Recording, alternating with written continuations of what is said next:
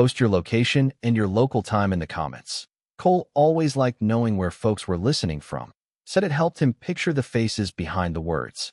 Now picture this. The Texas Hill Country just after sunrise, a coffee mug warm in his hand, his dog Ranger sitting stiff as a fence post beside him, and the low mechanical growl of a D9 Caterpillar bulldozer chewing through 80 years of family history. My oak belt, Cole thinks, watching the trunks fall like they've been snapped by a giant hand. His granddad planted those trees back when you could still buy a Coke for a nickel. Historians still argue whether that nickel stretched farther in Texas than anywhere else, and they'd stood like living sentinels against wind and sun ever since. The fresh plywood sign facing the road reads, Future Oak Creek Ranch Clubhouse.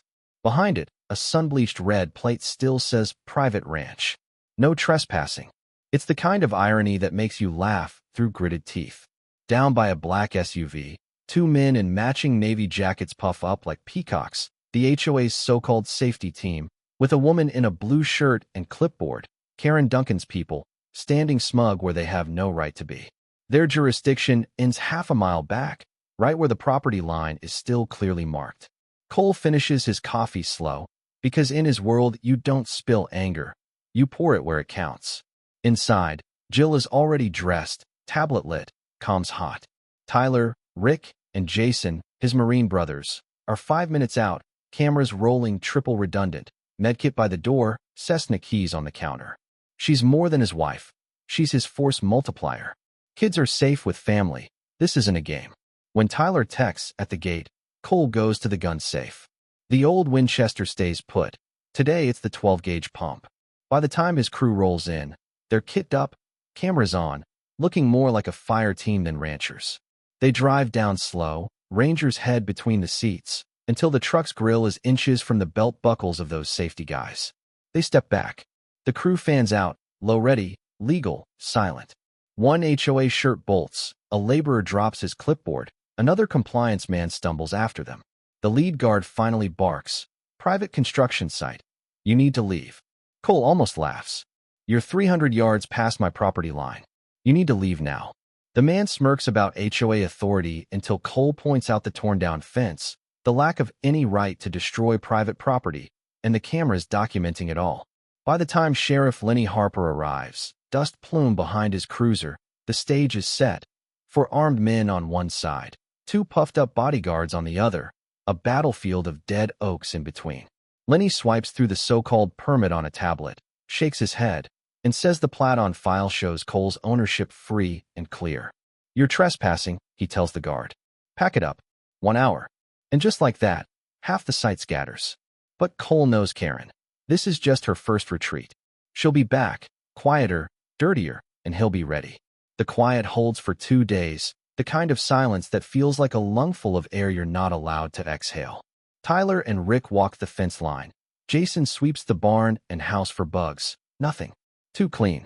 Jill keeps the drone on rotating shifts, its thermal eye tracing roads and tree lines, while Ranger shadows Cole like a furry second shadow, ears twitching at every gust. The kids are still safe with Aunt Maria. Jill's nightly calls to them are all bright voices covering the string. Cole spends hours with his lawyer, uploading video files, property deeds, and photos. The man calls it a slam-dunk case for damages, but warns, she won't stop with a lawsuit. The escalation comes on the third night, textbook siege tactics. Just before dusk, a white HOA panel truck parks across the fire road, blocking the only path for emergency vehicles. Minutes later, another parks at the opposite end. Irony alert. They pull up beside a sign reading County Burn Ban in effect, like a smoker loitering under a no-smoking sign. Then, at 8:15 p.m., the lights flicker and die. House, grid, valley, all at once. The generator kicks in, humming like an old friend, and Jill's already on her satellite-linked tablet. Power out for miles, cell tower down, cause unknown. Historians still argue whether frontier Texans respected bad luck or just called it sabotage by another name. Cole doesn't believe in coincidence anymore. The HOA's trucks idle on either end, two silhouettes sitting inside, making no effort to hide their watching. Psychological warfare. Turn your sanctuary into a cage. We stay put, Cole tells Jill. They want us to come out angry.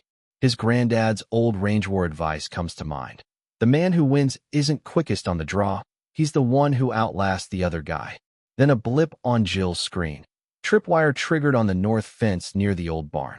Infrared feed shows a ski-masked figure planting a heavy canvas bag just inside the property line. He moves like an amateur, keeps looking over his shoulder, then runs back to meet another man. Both retreat toward a blockading truck. Drugs, guns, whatever it is, the point's clear. Get the sheriff in here with a warrant and tear the place apart. Cole's crew resists the soldiers' instinct to intercept. Let them think they're clear, he says. They film every second. Thermal, drone, fence cams, time-stamped, cloud-stored. The plan is to leave the bag untouched, so when the sheriff comes, the discovery is their undoing. It's all working too well. Cole feels it in his gut. Karen's too smart to hinge everything on a sloppy frame-up. The real hit's still coming. And then it arrives, not as a sound, but a smell. Acrid smoke rides the east wind. Jill's drone swings over Coyote Creek, and the thermal bloom is blinding, a wildfire exploding toward them. In seconds, the pieces click. Contraband to tie them up, blockade to stall rescue, blackout to isolate them, fire to erase everything, including the evidence. They sent in a cleanup crew, Cole says, and now it's racing straight for their home. The creek bed fire is already a roaring wall, wind pushing it west toward the ranch. Jill's on the sat phone with dispatch, but the blocked roads mean help's an hour away, maybe more. Cole's crew springs into motion, soaking the barn roof, wetting the ground, moving vehicles to the airstrip. But then the sheriff calls with something worse. The construction crew's camp was near the ignition point, and no one knows if they got out. These men weren't enemies anymore. They were pawns abandoned to burn. There's no choice. Jill readies the Cessna for a recon rescue hybrid. Historians still argue whether aviation bravery is courage or calculated insanity. She'll fly high to map the fire line, then drop low to find the trapped workers. Cole takes the ridge road in his truck, Jason guiding him via drone, but the slopes of furnace, impossible to descend. Then Jill's voice cuts in. I'm landing on the ridge. It's madness, but Cole clears the road, his truck lights marking a makeshift runway. Through smoke and embers, the Cessna slams down hard, stops 50 feet from a fiery drop. They scramble on foot into a rocky draw, find the men, smoke-choked, terrified, and walk them back. No room for Cole in the plane, so Jill takes off steep into the night, banking toward the ranch. Alone now, fire at his heels, Cole takes Jason's drone-guided route to the creek. Wading through thigh-deep water, he's already thinking like a forensic. Accelerant fires bloom hot and fast, their thermal patterns distinct.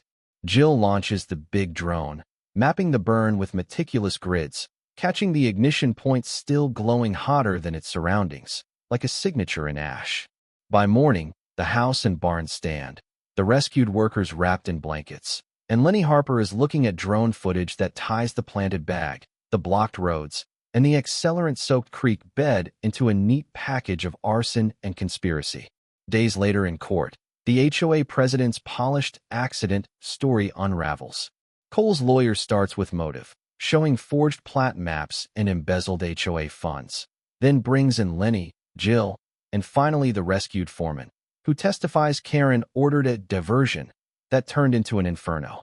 The jury takes less than an hour, guilty on all counts. Sentencing delivers prison time, restitution for neighbors, and one exquisite twist. Karen must fund a full restoration of Cole's burned land, every contract under his direct approval.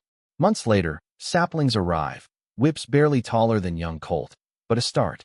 Volunteers from across the county dig in, Sage managing GPS spacing, Colt with his bucket of water. They begin in the South Belt, where the bulldozer first tore through, replanting the line of sentinels. Under the wide Texas sky, the memory of smoke lingers, but so does the image of landing lights cutting through it. Karen had wanted a plaque. Instead, her name will forever rustle in the leaves she was forced to plant. Cole stands, soil on his hands, and knows the answer to the question that haunted him. You go as far as you must, and then a little farther, to defend your own. The air is cooler now, the land scarred but greening again, and the rhythm of life settles back into its slow, steady pace. The neighbors remember who blocked the road and who flew into the flames. And when the wind moves through the young oaks, it whispers a story, not of loss, but of holding the line until dawn came. And so the ranch breathes again, like a chest finally freed from a long-held breath, each sunrise stretching soft light across soil that has known both fire and rain. The days grow longer, not with heat, but with the quiet work of mending. Fences restrung, gates rehung, rows of saplings tracing new lines of shade for seasons yet to come. There's a rhythm to it, an unhurried patience, as if the land itself is teaching that healing is never rushed. Cole walks those rows often, Ranger padding silently beside him, the sound of boots on turned earth mixing with the rustle of tender leaves. Jill's laughter drifts across the field when the kids chase each other between the planting lines, their voices rising and falling like a familiar melody. Evenings bring neighbors to the porch, coffee in hand, conversation meandering from weather to old stories, as though the siege and the smoke were something from another lifetime. If you stand out there at dusk, you might hear the faintest hum of a generator, a reminder that some safeguards are worth keeping, or catch the distant echo of an approaching aircraft, and remember the night a little plane cut through fire for no other reason than someone had to. The stars seem brighter now, maybe because there's no more haze in the air, or maybe because those who look up at them do so with a lighter heart. The land will keep its scars, so will its people, but both will carry them as proof, not of what was lost, but of what was protected.